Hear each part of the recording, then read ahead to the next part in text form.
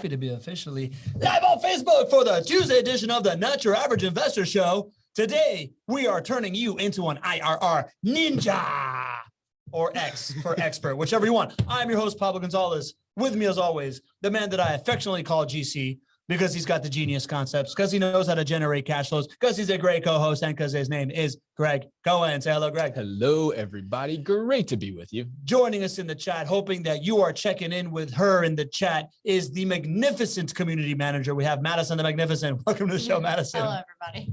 I love the nickname Madison the Magnificent. I'm going to run with it some more. I know. All right. All right. And today, as always, on Tuesdays, we got a genius concept from GC. All right. Yeah. Love this. Yeah. I'm excited. I'm excited for this topic. And I'm excited if you are listening to us on the podcast, walking your dog, going for a run, whatever you're doing, running some errands. I listen at Whole Foods because that's where I shop. Oh, you would. Because I'm an investor. Yeah.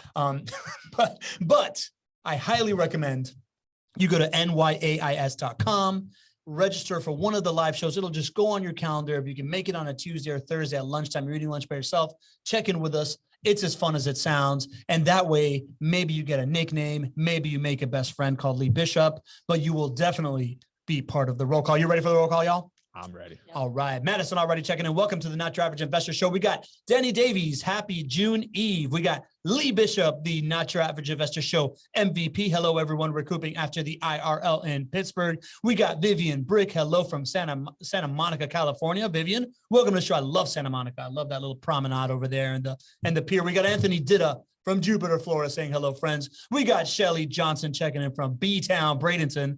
Welcome to the show, Shelly. Welcome back. We got our regular Rosalind Riley from Murrieta, California, saying good morning. Rosalind was just here on the tour last Friday, and I heard it went really, really well. Rosalind, tell us how the tour was in the chat. All right. Rosalind went really well on the tour. All right. We got John Henning. Good afternoon, all. We got Camille Jamison, founder and CEO of Jamison Financials in Newark, New Jersey. Welcome back. We got Bill Shields with his trademark. Buenas tardes, amigos. We got Nadeem Shah with his good morning, good afternoon, JWB family. Who else we got? We got Ken Moline. I'm assuming Carolyn is with him as well. We can the only hope. patriarch and the matriarch of the first family of the Not Your Average Investor Show in the house. We got Leonard Lee. Good morning and afternoon from Mountain View, aka Google Town, California. Leonard knows everything that we have searched for. Yeah. Well, and I'm hoping that Leonard's going to continue his reign as the most visited IRL events when he comes down, hopefully for the one in June here on the 24th. That's right. That's right. Leonard has the best attendance of IRL events. Yes, other than gender. That's cheating. All right. Who else we got? Well, Rosalind saying we were in Jacksonville on Friday to visit the JWB family, took a tour of 4 properties. My husband and I had a wonderful time getting to know the JWB family. Yes, we had a great time. Love it. That is awesome. Rosalind, we got Stevie B in the house. Welcome, Stevie B. We got David Blattner from Commonwealth of Massachusetts. Ooh, also an esteemed guest. A Commonwealth. I guess a Commonwealth is becoming more and more common out here. What else we got? All right, that is what we got right now for the check-in. Love to have you on board, family. And this is a really, really important call that we are putting together. I know Gregg's been working really hard. I know he's particularly nervous for this one because it's a hard concept to understand. And we've been giving it a go of him trying to get me to understand it. So hopefully what's going to happen here is Gregg is going to download his expert brain on all of us. I know we got some great sophisticated investors on this call that are going to help us all understand this concept of IRR versus ROI and why it's so important. But for now, I would love to give you the first crack at explaining it. GC, why is this so important? We understand this right now. Yeah, absolutely. Well, for many years, we have internally here at JWB, we have made decisions based on IRRs. But whenever we have talked with all of you out there, we have talked in terms of ROI, return on investment, whereas IRR means internal rate of return. And so internally, we know that higher level, longer business decisions or investment decisions really are made by an IRR. So why don't we talk about that in terms of selling our properties or in terms of how you're making decisions? Well, the reality is that IRR is pretty complex. It's harder to understand. It's more complicated. And so my nervousness for really bringing this topic up is like, how can I connect with you on an individual level and help you understand why this is so important and also not complicated. How can this still be easy? And so that's really where I would love all of your help out there. If this isn't connecting, if this is a little bit too complex or just doesn't really relate to how you can make a decision on a rental property or on another asset class, then let me know. Because this is really foundational. I think as a not your average investor, this is one of the kind of standards that if you can really understand and you can really rally, which one are we going to there, Pops? I'm trying to follow your eyes. If you can really understand and really rally around understanding IRRs at a deep level, you're going to make such better decisions. You're going to know how your investment decision on buying a rental property compares to your decision on investing in a share of stock or buying a business or doing whatever it is, syndication. You're going to have one set scorecard to make, not your average decisions. And so I'm excited to bring this concept to you. This isn't just like a drop in and like talk about this today. I want this to be a living, breathing thing, because in the rental property investing world, in the turnkey rental property investing world, nobody talks IRRs. Nobody talks about it, but they should.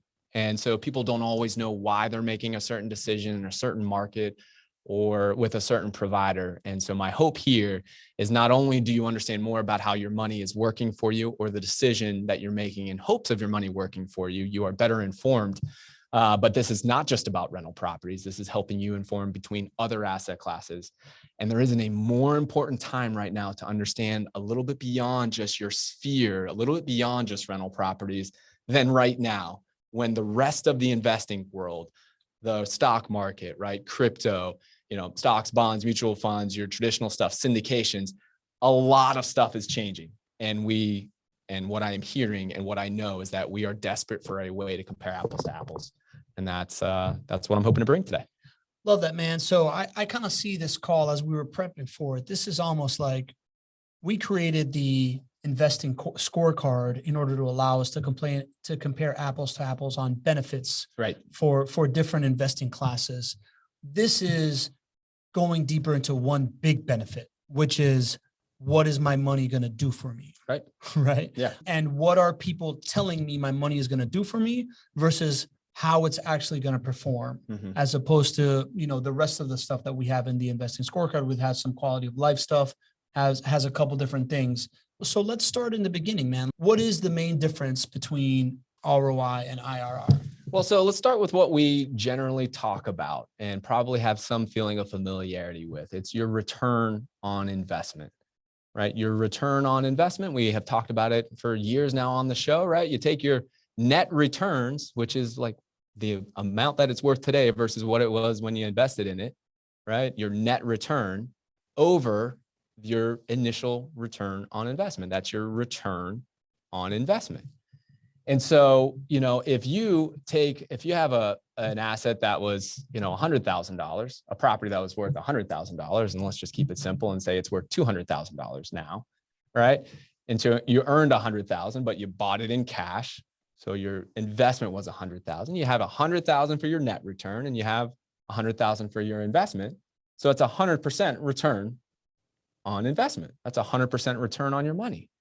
But nowhere in there does it talk about how much time it took you to earn that return on investment. If I told you that your property value went up in 1 year from $100,000 to $200,000, we're all super stoked. We're excited about that. Yeah, What definitely. What if I told you it took 30 years? A little less stoked. You're a little less stoked. Yeah. Well, return on investment doesn't have any way to compare time. And so when you're on an investment in an asset class like rental properties, team, right? Not your average investors. Do we talk about buying and holding in the short run, or do we talk about buying and holding in the long run? The long run, obviously. Right. Yeah. The long run. Buying and holding for a full market cycle is how you win 10 to 20 years. So return on investment largely is done to look at a 1-year return. Okay. It's usually good for a 1-year return. That's kind of what's implied, or at least the best way to use it to make decisions. Where it fails is if you go out longer than 1 year. Your financial advisor or somebody else who's peddling an investment to you may say, geez, listen, I can deliver an 80% return on investment, 100% return on investment. They may be 100% right on that. But if it took 10 years or 20 years to get there, well, then that starts to, of course, make that return on investment not seem so appealing. In real estate, especially in turnkey rental properties, we never really had to differentiate between return on investment and IRR back in the day, because there were so many overwhelming wins when you just talked about every profit center, not named home price appreciation, that it just flat out beat an investment in the stock market, right? Whether that was a 7% or 9% return or 10% return, 2 years ago, a year ago, right? It beat the stock market. You didn't even have to talk about home price appreciation. Well, what we're seeing now is that the game has changed. We've been talking about this for years as far as why cash flow was never the end all be all reason to invest in rental properties, and how I've been saying, listen, people are going to have to learn how to evaluate these other 4 profit centers. Well, guess what? That time is now, because cash flows have gone down. They have gone down. If you're only talking about return on investment, you're talking about the things that hit your bank account this year. That's largely cash flows, right? So cash flows have gone down, but that doesn't mean that this asset class still isn't the best return on investment, the best risk-adjusted return on investment for many of you. We just need a scorecard to evaluate all of that. When you start to throw in home price appreciation into the mix, which we need to show now because cash flows have diminished, we need to show this too, because every other asset class, stocks, bonds, mutual funds, syndications, they all show home price appreciation or stock price appreciation in their return. So we have to do that now. Well, the tool to be able to justify that appropriately is not ROI. Many other turnkey providers still use ROI, but it inflates your return on investment. Your money will never work that hard. So we have to, together as a community here, we have to get to an understanding of IRR, because that's how this asset class actually works. We put money in today, we buy and hold for a 10 to 20 year period of time. That a lot more money comes to us back in, down the line in 10 years or 20 years. We need a way to equate for how hard is my money working each and every year until I get to that finish line. Got it. So ROI is a very simple calculation of a numerator, that is what you are getting returned on, and a denominator of how much money you put in, right? It's just getting divided that way. The flaw in that equation is the idea that if I put $100,000 in right now and I get 100,000 and I get 200,000, that is a 100% ROI. But depending on where I get that when I get that $200,000 is a very different equation, right? Like the idea that if I put in $100,000 in today and in 1 year I get 100% ROI is phenomenal. If I put in $100,000 today and in 20 years I have $200,000, I'm much less excited about that investment. Right. So that makes a ton of sense. That doesn't account for this idea of, I guess this is when we start talking about the present value of money versus future value of money and what all that means, right? So why don't we get into some of the terms of how you define IRR, which I know you're nervous because they're very conceptual and whatnot, but I'm dumb enough to ask a good enough question. So why don't you just kind of break down a little bit of like, so ROI is numerator, denominator, money out over money in. What does the IRR calculation look like so we can start conceptualizing?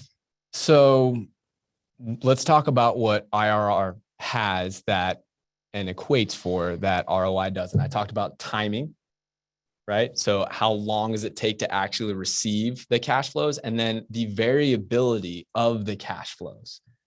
And it's all based on this concept here where if you have money today, that is worth much more than that same amount of money 1 year from now. Pablo, why is that the case? Why would you rather, let's say you have $100,000 today. Why is $100,000 today different than $100,000 1 year from now? Because $100,000 today, I could put into a private lending program, and that could turn into $110,000 a year from now. Right. Yeah. You have the ability to reinvest. When you have money in your bank account, you can reinvest that money, earn a rate of return on it. And so what IRR allows us to do is it takes into account the reinvestment of those funds. It takes into account how long it took to get those funds back to us, neither of which return on investment can account for. Okay. So it's about timing and variability of cash flows. That's what IRR allows us to do. But what we're doing here is we're saying, all right, so to calculate IRR, I've got the money I put in, and I'm getting varying amounts of money over the next 10 or 20 years, and I'm getting a big lump sum at the end.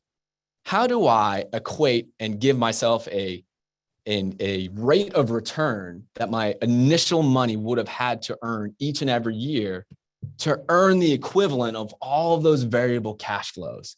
It is a really complex way to look at it. But at the end of the day, it's like, how hard's my money working? Yep. It's really easy to see how hard your money is working when it's on a 1-year schedule, which is largely what return on investment is. But this is the way to see how hard is my money working? How do I compare this to another asset class? This return on investment, my IRR return on investment, that is my standards, like across the board scorecard. So if you want me to go a little bit more in depth into it? Go technical. Give me the thing that you dropped on me this morning on our run that you were really scared of. So let's just go with a completely technical definition here, which may not resonate with all of you, but we'll scale it back from there. Let us know in the chat. The internal rate of return is the discount rate equal to making the future values of the net, equal to the net present value of the future values of cash flows equal to 0. The discount rate, so that the net present value equals makes the future values of the cash flows equal to 0. Got it. So when you said that to me, yes, that sounds like nothing. Right. Discount rate is another word for saying the actual return, right? Like the percentage of what you are returning is the way that I understood discount rate, right? Net present value. And then what you explained to me of this, like discount rate, net present value to future value equals 0. Essentially, the way that I conceptualized it was, okay. So if the discount rate equals the actual return percentage, and now we're making the future versus net versus present equal to 0, the difference is that now you're not just saying what money you're going to get back over what money you put in. You are saying the whole lump of money that you are going to get at a specific date and time, be it 10 years, 20 years, or whatever, you are reverse engineering from that moment back to this present moment. And then the discount rate is what you got from that, so that as you age that money, when you compare it, it's equal, right? It's 0. Yeah, you're getting to a place where you're like, you could pay me this amount of money today, or you could give me a lot more money in the future. And you're like, nah, I'll take either one. Got it. That's what we're saying. The net present value of the future cash flow is equal to 0. That's just saying, like, you could give me this amount of money today. I'm assuming I'm going to earn a certain return on investment, and I'm ambivalent. You could give me that future value, which is more, and either one is fine with me. That's in essence what IRR is. So like, let's take that $100,000 example, right? Let's say that your $100,000 investment, and you have, and let's just say the discount rate or your return on investment is 10%. That's like me saying, listen, Pablo, I'll give you $100,000 today, or I'll give you $110,000 a year from now. Which one are you taking? $100,000 today. I mean, they're equal. The net present value of both of them is the same. Okay. It's equal to, when we say equal to 0, that means it's equal to that amount, right? Like, because if you know that you can earn a 10% return on your money, right? You've already taken all the risks into account and all this other stuff. Yeah. You're saying, listen, I can earn 10. Well, then I should make the same. I am okay either taking $100,000 today or $110,000 in a year from now. It's the same. Okay. IRR allows you to do that because it helps calculate what is that discount rate, or what is that, another way of saying return on investment. Okay, cool. So the plan for the call, so everybody knows, is we're trying to explain to you the concept, right? This concept of, instead of trying to picture the equation, just picture this idea of reverse engineering money back from a specific date versus just dividing a return over a lump sum with no date, right? So that's kind of what you need to take away right now. That's what I'm understanding. We're going to dive into the JWB evaluation sheets so that we take a look at it. And then we're going to fudge around with JWB's eval sheet versus an ROI eval sheet, and JWB's eval sheet versus another IRR sheet where we're putting in different values that could mess with the expectation, so that on today's call, you can walk away understanding apples to apples if you are looking at investing in Jacksonville with JWB versus Cleveland with somebody else, right? And then further calls, we're going to take it a step further and start kind of explaining, once we all understand apples to apples, rental property to rental property, we're going to take it and start maybe comparing it to syndications or compare it to stocks or other things, right? So we're going to take a deep breath here, trust the process. Yeah. If your brain is hurting right now, it's supposed to kind of hurt right now. You're in the right place at the right time. And from here on, we should get a little bit more visual. Cool. So let's start with one visual just to prove to you that Gregg did try to look this up online, and this is not going to help. But instead, we're going to dive into some of the property evals and talk about it. If you go to jwbinventory.com, you can download any of the property evals and you get this type of calculation. When you first start, you're under the summary tab, and that has like the picture of the property and the estimated conventional financing total IRR. But if you want to get a little deeper into it, right now we're under the third tab, which is analysis conventional financing, where we are highlighting a total IRR of 11.9%. And we have this acquisition cost down payment of $69,000. This is if we go back to the original thing, we're looking at a property that's worth $230,000. It is cash flowing at $74 per month, and it has an IRR of 11.93%, right? Mm-hmm. So we go to the analysis conventional financing tab and we scroll all the way to the bottom, and we see that this is calculated by a acquisition down payment of $69,000, a closing cost number of $74.75, a net rental income cash flow number of negative $1,061, and then a tax savings figure of $2,258. There is nothing in the way of principal pay down. There's nothing in the way of home price appreciation. And there's nothing in the way of total selling, holding, and closing costs, for a total annual capital in and out of $75,278 for year one. Yeah. Okay. So that's year one. That is basically a loss on year one. But as we start scrolling, or is this day one, GC? What are we looking at? No, it's year one. Okay. So that's year one. So as we start scrolling down the sheet, we start seeing it go from negative 75 grand on year one to positive 1,000, positive 1,352, positive 1,713, positive 2,087, positive 2,473, positive 2,872, positive 3,286, and positive $3,713 for. And then the last big positive, don't forget about that one. So those are the first 9 years that we are showing of positive cash flow, right? Mm-hmm. And then assuming that you were to sell the property, right? Mm-hmm. On year 10, you now have I guess I have to go back here. So an acquisition down payment of $69,000 that you would be pulling out. It's right? returned to you when you it's a down payment. So now that gets returned to you in the form of equity when you sell. Okay, perfect. What is this second figure here on row 41? Closing costs. Okay, closing costs. There's no closing costs when you don't get that out. back. Okay. Right. Yeah, you don't get that back. You still get the net rental income of the last year, right? Which is $1,800. Here at $13,549, we have a tax savings number. Yeah. So think about this.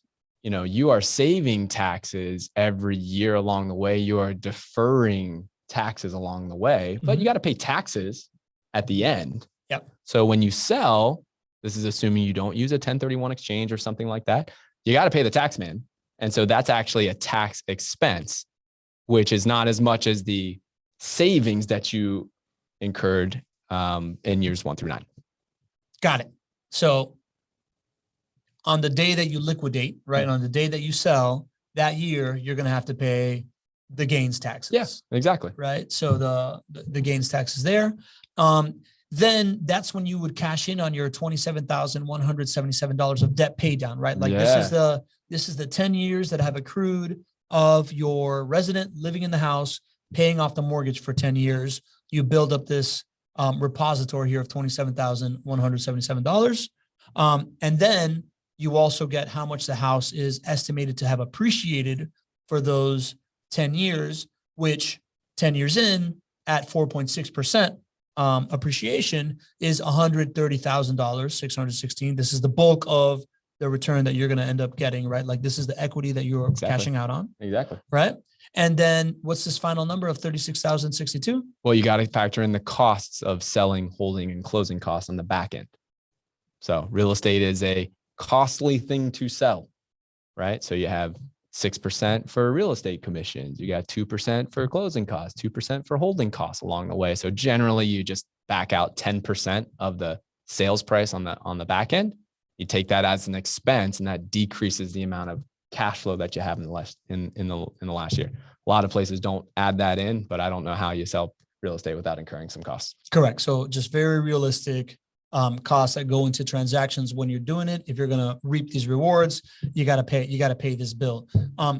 Jenny Berger asked in the chat why lines 45 to 44 to 46 aren't included on the way in. And Jenny, that's because we're looking at principal pay down, home price appreciation, and selling and holding and closing costs, which unless you're cashing out, you're not going to, that's not going to hit your bank account, right? That's a key point here. An IRR is all based on when does something hit your bank account. So you're receiving benefits like principal pay down and home price appreciation.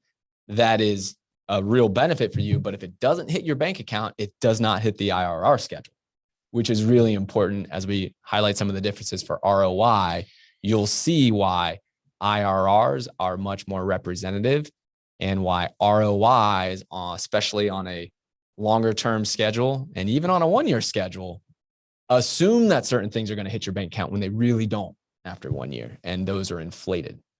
Got it. Okay. So these are real hard numbers of owning, purchasing, owning, and liquidating a rental income property based on these assumptions. If you are going to do it in 10 years, which is what you advise JWB investors to be in for. We advise 10 to 20 years, a full market cycle. I just didn't want to run this out for a full 20-year schedule on our standard evaluation. So 10 years gets the point, but you all should be planning on holding for a 10 to 20-year cycle. Yeah. Because that's how long you need for the cycle to repeat itself. So even if I am, let's say 58, right? And I'm going to buy a property right now and I'm going to hold it for 10 years. Because I want to cash it out at 68, right? Like I'm not going to sit around and continue to get the cash flow from it and whatever. I want to just take that money and go move to Thailand and live off of it because I'm going to put it under a mattress. Okay. Right. But if I'm 58 and I'm going to buy this property right now, I will expect this 11.9% IRR on my money. That means that at the end of the day, I will have put in these like 75 grand today, right? 75 grand, you push in 75 grand, $278. And then when I'm 68, I'm pulling out $179,079. Yep. That is the dollars and cents that we are talking about right now versus the idea of putting in $75,000, $278 in, let's say, the stock market today. If I was to cash that out in 10 years, I mean, who knows what that would be, but it wouldn't be 11.9% based on historically accurate trends. Correct. It would be closer to like 8%. It depends, right? Yeah, so many people will look at this and say, wow, this is awesome. I love the idea of earning 11, 12% on my money every year for 10 years. But man, you talk about it, I have to keep it in for 10 or 20 years to really see the benefits for it. And yes, I think you win by holding on for the long haul, but this is the same type of cyclical approach that the stock market has, except in the stock market, it's a lot worse. In the stock market, we talk about how most people just invest in the stock market because they know over time it's going to earn a 10% return. But your market cycles they're not necessarily 10 years, right? And while they may be 10 years or 20 years or whatnot, I feel pretty good about it, being a cycle in 20 years in the stock market. Your variability until you get there is wildly different than what it is in rental properties. So many people come into real estate and they're like, well, I just don't want to hold on for that long. Well, you already make that decision to hold on for that long in the stock market, and you deal with crazy drops. Yeah. Like you're experiencing a 20% drop right now, roughly, for the S&P versus what it was in the beginning of the year. Right? We're not even halfway through the year. That's an annualized 40% drop that you've experienced. And you're like, that's cool. I'm still going to hold on. Well, that's not, so this idea, it's not like you have to hold on for a 10 or 20 year period of time to win it all. You probably are going to beat the stock market, especially if you own rental properties over the last 10 years. You beat it if you own for 1 year, 2 years, 3 years, 4 years, 5 years, or 10 years, but the way that most markets work, or the stock market and real estate in general, is things repeat themselves over a longer cycle, which is 10 to 20 years in real estate. Yeah. And one of the things that we talk about, which Lee Bishop brings up, also cash flow increases, but expenses stay the same. So cash flow grows annually. Is this idea that, like, kind of what we talked about with my dad, right? Like my dad being 75 and being like really, really risk averse, but he's just getting destroyed on his like cash flow right now because the stock market is taking such a beating.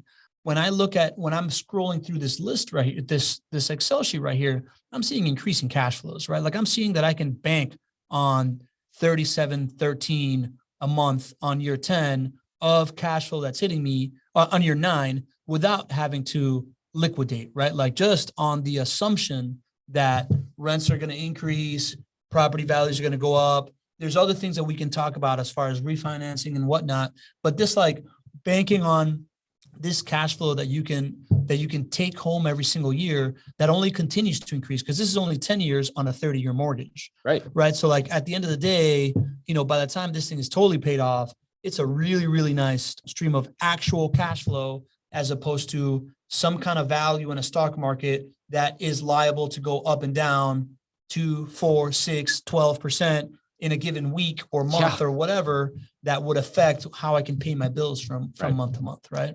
Risk mitigation, solid cash flow coming in, assets that pay for themselves every single month and have a little bit left over.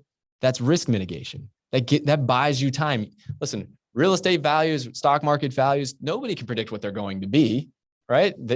Things can happen, COVID can happen, right? But if you invest in something that pays for itself over time and has some positive cash flow to it, then even if it doesn't work out exactly the way you want, you have the benefit of holding on, and you're not dipping into your pocket every single month to pay it.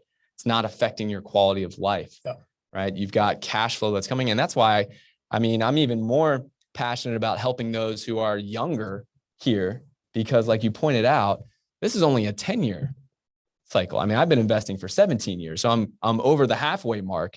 And once your loans start being paid off for you, because you've either paid them down over a 30-year cycle, that's when your cash flows start to really support your overall financial goals.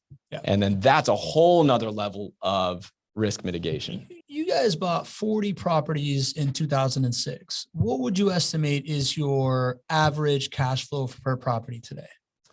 It's not, I wouldn't know how to answer that, because we're masters of smart debt. That's right. So I don't pay all of these things off, because I know the 5 profit centers get better with time when you hold smart debt. So my goal is not to pay these things off. We're levered probably up to about 65% or so on our portfolio. Mm-hmm.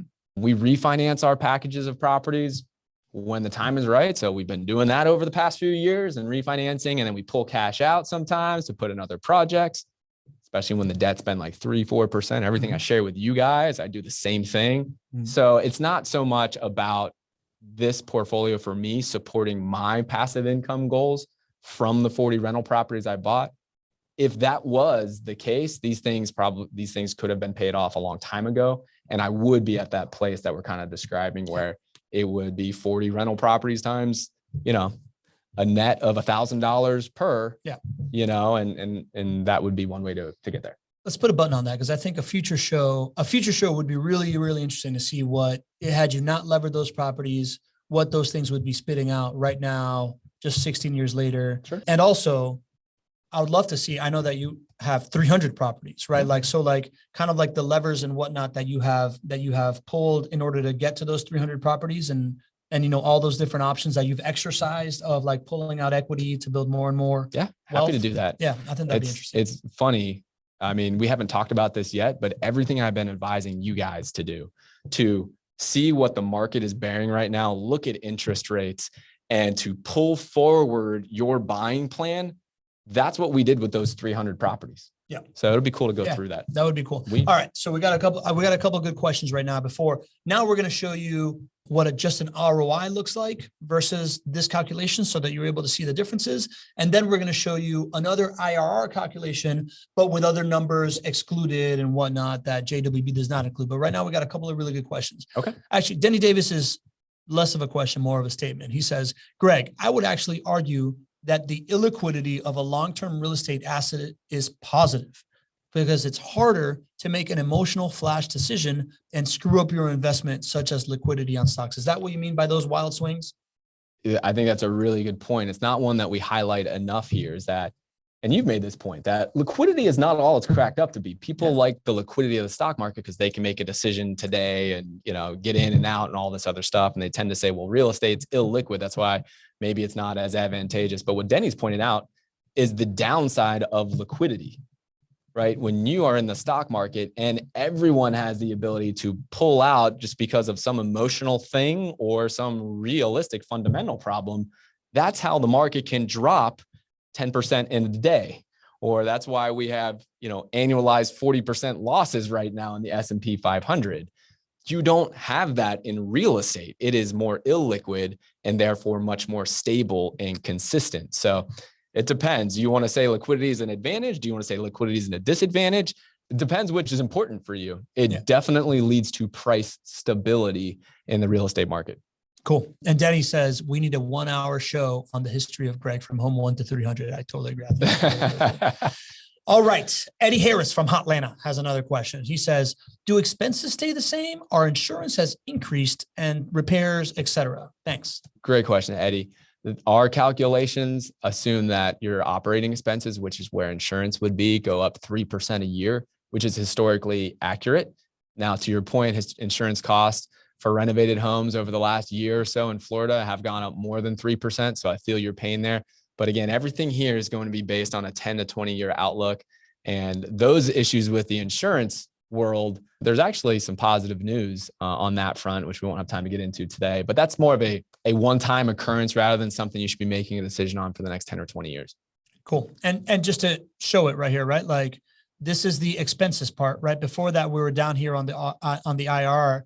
The expenses, annual property taxes, lines 24 through 29. If you scroll through, you see them going up, right? Like you see the total addition of going up. So those are the assumptions that Eddie was questioning. So that is baked into this thing. And now, as promised, we're going to share these things side by side. Work with me here if it's not looking clear. I've never done this before, but this is.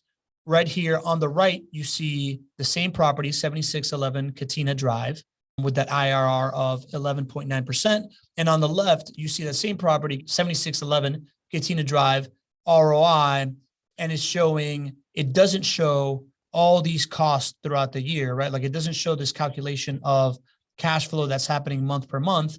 It's just showing an ROI of 1 year of 20.1%. You want to explain that to me, GC? Yeah, this is why when you can look at one evaluation for one turnkey provider in one different market and they can show 20% returns, why that may or may not be as good as an 11 or 12% IRR. And it's because return on investment largely assumes that you get your money back into your bank account in 1 year. So if we focus on the left side here, the return on investment side, let's just go down that statement, right? It looks the same in terms of down payment because we put that out when we buy the property. That's right. 69,000. It looks the same for closing costs because we put that out when we buy the property. 74.75. All right. It looks the same for net income, right? Cash flow, because we put that, we have costs and we have tenant placement fees and things like that in the first year. And so that decreases your cash flow in the first year. It's going to be lower than any other year. And so that is the same, right? Okay. And then tax savings as well, right? So That's you got your tax savings. Okay. So that actually hits your bank account in a year, whether that's an IRR calculation or a return on investment calculation. But here's where it starts to get different, right?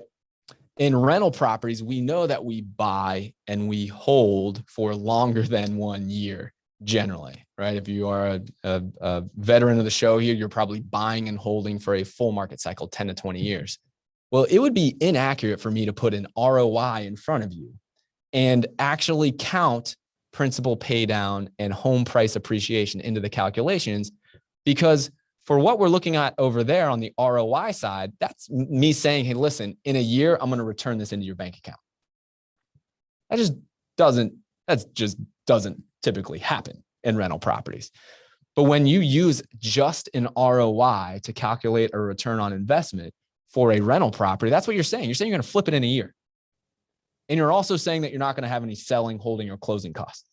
Like, this is the world where most turnkey rental property providers live in. And it's easier and it's convenient and your returns skyrocket. Like, this is the exact same property with the exact same numbers, but it's a 20.1% return using just an ROI versus an 11.9% return on investment using an IRR. If you're a turnkey property provider, Pablo, do you think you are more incentivized to just go with the simple, easy, double return way of showing property evaluations? Yeah, totally. That's why people do it. Yeah. So this makes perfect sense. So for me, if this would have been a year and a half ago, when I was less educated on this stuff, right? I would have looked at these two things and I would not have been able to explain the difference. But now it's very clear to me that something that is an IRR that shows me on a monthly calculation what is actually hitting my bank account based on the actual IRL scenario, in real life scenario of what my cash flows are throughout the years that happen, including up until liquidating the property and getting that in, that includes these expenses and whatnot, is very different than the idea of, hey, theoretically, this is what you're gaining in year one, because it's true, right? Like, there is going to be, this home appreciation is actually low based on what's actually happening in real life, right? Like, so if somebody's going to tell you, hey man, right now things are appreciating at like 10+%, sure, which is true, right? Somebody's going to tell you, this is what you're getting, this is your ROI. And I didn't know, I wasn't educated on this subject enough to understand that, okay, this is oh man, here we go. Speaking of, your idiot, that this is all right, that this is a conceptual number and not really what's hitting my bank account, right? Versus somebody that's like shooting me straight and saying, hey, this is what your life is going to look like year after year. Yeah. Then I would be like, of course, I'm going to go with 20.1% over 12%. Why wouldn't you? Yeah. That like, makes sense. That's the essence of why we feel really passionate about going down this journey that hurts your head. It's because if you don't know this and you just sit down and two people are bringing you investment opportunities, if you don't know this and don't know what questions to ask, you would make the decision to go with 20.1. Yeah, I would 100%. Before this morning, I would not know. Or like, I guess my spidey sense would go off. Right. It's probably too high. But because it's just like, how can this be double? Right. But again, if you're looking across different providers and it's a different property, and maybe they tell you, oh yeah, well, this one has a tree in the front yard and it provides shade or something like that. Right. Maybe you're going to go with that. But like, if you were looking at the same property, it would be easy to just be like, wait a minute, something's wrong. But right now, what you want to look for is what is happening to me in my life, right. During year 1, 2, 3, 4, 5, 6, 7, 8, 9, 10, that justifies this number that doesn't exist on the ROI calculation, but it does exist on the IRR calculation, right? So yeah, now we're getting to some like usable stuff of somebody's presenting you this thing. You want to see these things. Exactly. Draw it out for me. What's hitting my bank account? And then if we're going to assume a liquidation event, we're going to want to include certain things. You got to include costs. If you're going to include home price appreciation and principal pay down, you have to include selling, holding, and closing costs as well. I mean, the first question when somebody's presenting you with an investment is, okay, how long is this going to be? Is this a 1-year hold or is this a 10 or 20-year hold? If it's a 10 or 20-year hold, you say, is this an ROI calculation or is this an IRR calculation? If they don't know the difference, I wouldn't be investing with them because there's a big difference that you all are beginning to know now as well. And then if it's an IRR calculation, are all costs included here, even upon the liquidation, right? It's very easy to keep those off, which would just juice up your returns. But in real estate and in other things, you typically have costs to liquidate. Cool. And now we can show you what it would look like if that's what they're doing, right? Like take away some of these costs. So this is the same IRR calculation next to an ROI calculation. Before we get into the numbers here, let me prep this a little bit, because here's my thought process. I first wanted to help us basically make a decision versus any asset class out there. So that's really where the IRR, let's call it our scoreboard, really comes into play. It's a way to evaluate investment opportunities that go longer than 1 year and have a variability of cash flows. And it's all based on what hits your bank account. Mm-hmm. So now that we have that built, right, we know that IRRs give us this ability to make better decisions this way. Now I wanted to show you, if we just go back into our lens of real estate and rental property investors, I just showed you how another rental property investment company can put a property in front of you and say, hey, listen, this is going to be a 20% return. You should definitely do that over that 11.9% return. But in reality, it's the same thing, right? It is the exact same property. It's apples to apples. It's just the way that people want to pitch it. And people are incentivized to pitch a higher return number because you're probably going to want to buy a higher return number than a lower return number, right? Well, now that's not only the way that rental property investors make decisions. That's not only the way that turnkey rental property investors are incentivized to promote their stuff, their rental properties. Mm-hmm. They are also incentivized to be super aggressive in other ways as well and forget about other costs as well. So now what I'm going to show you is a very standard turnkey rental property evaluation. It's the way that most of them actually define their numbers. So let's go there and then we'll see just how different that is. So this is the same exact property we were just looking at. That was a 20% ROI. Same exact property. Okay. Nothing has actually changed fundamentally about this property. Nothing's changed about the purchase price. Nothing's changed about the interest rate, right? But this is how most turnkey rental property companies advertise their investments. They forget about things like tenant placement fees. If you forget about tenant placement fees, that increases your net rental income. Again, I don't know of a way to actually rent a property without incurring a tenant placement fee. Mm-hmm. So they just forget about that. Line 28. Line 28. Okay. Yeah. Okay. So no tenant placement. So there's nothing in missing there, right here. Okay. Right? Yeah, it's great if we can point these out every time. They forget that there is going to be maintenance and vacancy cost, or they just don't want to include it in their calculation. So, you take that out. I took it out year one because that's all we're looking at here. Oh, okay. That's just a simplified way of looking at it. So yeah, just compare column F there. Got it. Not factored into the equation. They also took out closing costs. When you buy properties, you have closing costs. So you can see that in row 41 down there, acquisition closing cost, that's a zero in this way. I don't know the last time I looked at another provider's property evaluation and saw closing costs in there. And then here's something else that is real. We love to under promise and over deliver. And one of the best ways we can do that for a new client is to hit the rent number that we tell you we're going to hit. And every once in a while, this is not something that's standard, but every once in a while, we can come a little bit higher. It is like an amazing moment to share, especially with a new client. If we told you the rents were going to be $1,200 and we could get $1,225, like, wow, that has a huge impact on your cash flows. Other providers out there go the opposite route. They put the very highest amount of rent they possibly can get. And I'm going to say, hopefully most of the time they hit it, but they definitely don't under promise and over deliver when it comes to rents. Our mentality is that we are trying to create clients for life. And these special moments really, really matter. So we are very conservative with our rents. This year, our rents have actually been higher than 10% higher on the actual rents versus what we advertise on our properties. Wow. I think it's 12%, 14%. So the rent that you have collected thus far this year is 12% higher than the rent listed on the sheets of people that bought these 12 to 14%. Wow. Now, I hesitate to say that number because this isn't a normal year.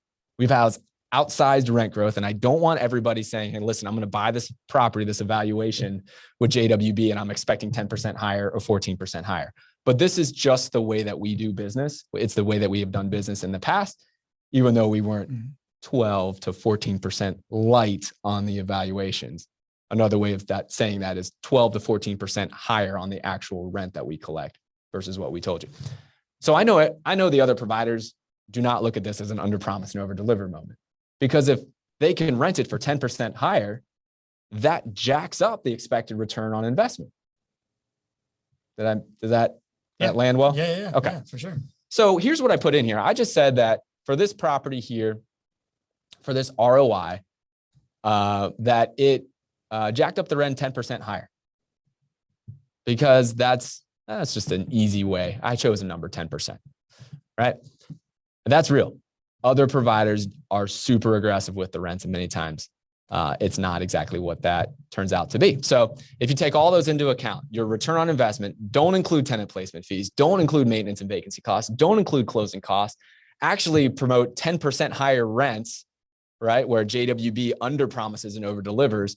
You could take this property that you see in Sheboygan or any other market out there and come to us and be like, listen, I think I'm going to go and do that property because it's a 25% return. You guys are just promoting 11.9%. How on earth would you tell me that 11.9% is better for me? And here is why that is the exact same property. And this is what many investors do not realize. And I'm very passionate about getting this word out, because I think if you did and you had a common approach to being able to evaluate the opportunities, you'd make a different decision. I think less people would be investing in Cleveland.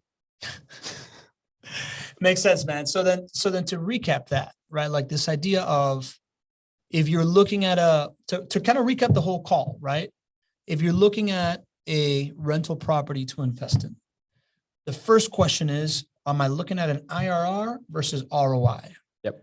And the way that would look for you to tell if they're showing you IRR or ROI, it would show actual calculations year over year of what the net return is hitting your bank account. And then the final one should be the biggest thing, which is like the assumption that you sold the property, and therefore that's where you're going to recoup the two other profit centers, which are the debt pay down piece and the appreciation piece. Exactly. And it should also come with closing costs and transaction costs and whatever, right? In order to make that true.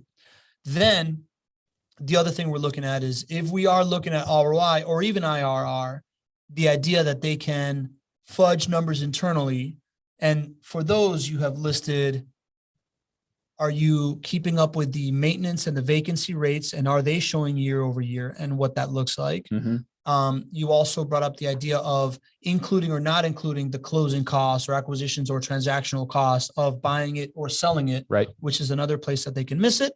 And also the last one was, how realistic are the rent figures that you are putting in front of me? Exactly. All of those seem like in or out. The rent figures seem more like subjective of what can be realistic or not.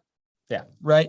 But something to think about. You could ask them year to date, what is your percentage of under or over renting versus what the evaluation says? Still hard to get a real answer, I would imagine, though. It's probably going to be biased, but yeah. That makes sense. And by the way, if they don't know that number, or if they, chances are they probably don't know that number, right? Like, we are very used to this JWB data flywheel that you guys have. So that's the basis that you want to walk away from, right? The difference between IRR and ROI is the real life experience of when that money is hitting your bank account, ergo affecting your lifestyle. Yeah. Right. And then those are the other things that people can do to mess around with it. I feel like most of us out here, and obviously if you're watching this and you're getting this information, may or may not be an expert at it, but have the ability to, if you're looking at two different deals, you can go to chatwithjwb.com, book a call, get on the line Absolutely. with the JWB team to ask these questions. No big deal, right? Even if you're thinking, I'm probably still going to go with Cleveland, you still can get on the call and be like, can you talk me through these two things on these two evals, right? That is a free service you offer. Absolutely. 100%. And if your investment opportunity has a better IRR and it's a better fit for your goals, then we're going to say, go do that one. That's fantastic. We want to be a resource for you. We just want you to know why you're making the decision. There you go. And Gene P has a question here. Gene, welcome to the show. Happy to have you here on board. I haven't seen you check in before. Or Jim, I'm not sure. It's all in one. Anyways, Jean-Paul. It might be Jean-Paul Rousseau, one of our longtime clients. Oh, Jean-Paul. Maybe. All right. Yeah. It's just the name on Zoom. So anyways, Jean-Paul, I'm going to assume that is Jean-Paul Rousseau. What a great name. Asks, what discount rate do you use? So the discount rate here is the expected return on investment that makes the net present value of the future cash flows equal to zero. And I apologize for giving you that very technical answer, but the discount rate is equal to the expected return on investment here. So depending on what you're solving for here, if we are using that example of where the return on investment is 11.9%, that's another way of saying that's the discount rate necessary to make the net present value of the future cash flows equal to zero. Got it. I don't know if that was a simple answer. That probably wasn't. Well, I mean, I assume that Jean-Paul is a sophisticated investor, and he understands that if we're putting out that 11.9%, that's the number he's asking for. The discount rate is 11.9% if he knows that exactly situation. Okay, cool. That was a lot, man. But I think that, that final moment of clarity of just like IRR versus ROI, that's a big takeaway. What it means, right? Like basically it's how it affects your lifestyle. The idea that you can look at two things and not be presented a thing, the questions that you're supposed to ask in case you are being shown that to make sure that that's what it is, and the other places that they can fudge. I think that's a big takeaway for today. Let's leave it there since everybody's brain is fried. And I just want to thank everybody for showing up. We had 40 plus attendees today on the call. Great questions. Really good. Lee Bishop saying a couple of adult beverages is called for now. Yeah, Lee, I won't be mad at you. Man, I would love to, what I would like to do is maybe, I know that we had Ken Moline on to tell his story before, but like, I'm fascinated by the idea that Ken late in life was able to, go from what he had in the stock market and how that affected his life to a reverse mortgage and then investing in rental properties and then being able to like actually get that cash flow. So maybe we have Ken Moline back to just show like the difference between how IRR affects you in real life versus in the stock market. Yeah. I think that'd be wonderful to have Ken. I can think about a few other guests too. Okay. I think any guest that has had significant experience investing and having success in the stock market, but also independently chooses to increase their portfolio here, probably has a deeper understanding of why this asset class performs better. If you are having success in the stock market, which I know a lot of our clients have, but you also choose to go to rental property investing, there's something about rental property investing that you get that most people don't. Yeah. Because people think it's harder and people don't think you can earn as great of returns on investment. So I think that would be wonderful and we have our openings. And if anybody would like to reach out and be a guest on a Thursday show, you have a similar story there, you would like to help the audience and the community learn more about IRR or why rental property investing makes sense compared to the stock market, we would love to have those stories. What's the move to reach out apart from telling Madison in the chat right now? Well, I think, I don't know, Madison, you want to give your what's it called? Email. All right. So Madison at jwbcompanies.com. Reach out if you're listening on the podcast. If you're watching on YouTube, you can also go chat with jwb.com if you have no concept, or reach out to your service to your portfolio manager, right? Perfect. Let them know any way that you are a client of JWB. You can always reach us here at the show. No problem. I hope that you join us on Thursday for the JWB Rental Property of the Week. Where we're just going to go deep into one of these properties, mess with the numbers. I think we can talk a little ROI and RRR and whatnot and fudge around with it, but also it'll be an active inventory sheet. So you get a little bit extra. Thank you so much for everybody that's been a part of the show. Never goes unnoticed that you take a full hour of your day on a Tuesday to spend some time with us, drive the great questions, make friends with each other in the chat. Really, really cool. Thank you to those of you that came to the Pittsburgh meetup. Thank you, Lee Bishop, for, really, really being the MVP of the community and helping Jen pull that thing off. And of course, Jen, our fairy godmother, who has been traveling the country, spreading seeds of community everywhere. Thank you for hosting that. Video coming soon for that.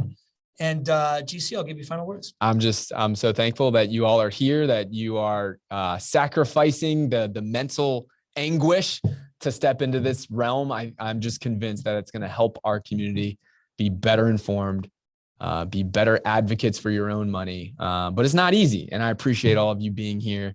Means the world to Pablo and myself. And, this concept's not going away, right? This is one that's going to be here for a while. It's something we need to continue to reinforce. So we'll get back at it on Thursday and do it while we're talking about the rental property of the week. We appreciate your commitment to understanding IRR over ROI and your commitment to not being average.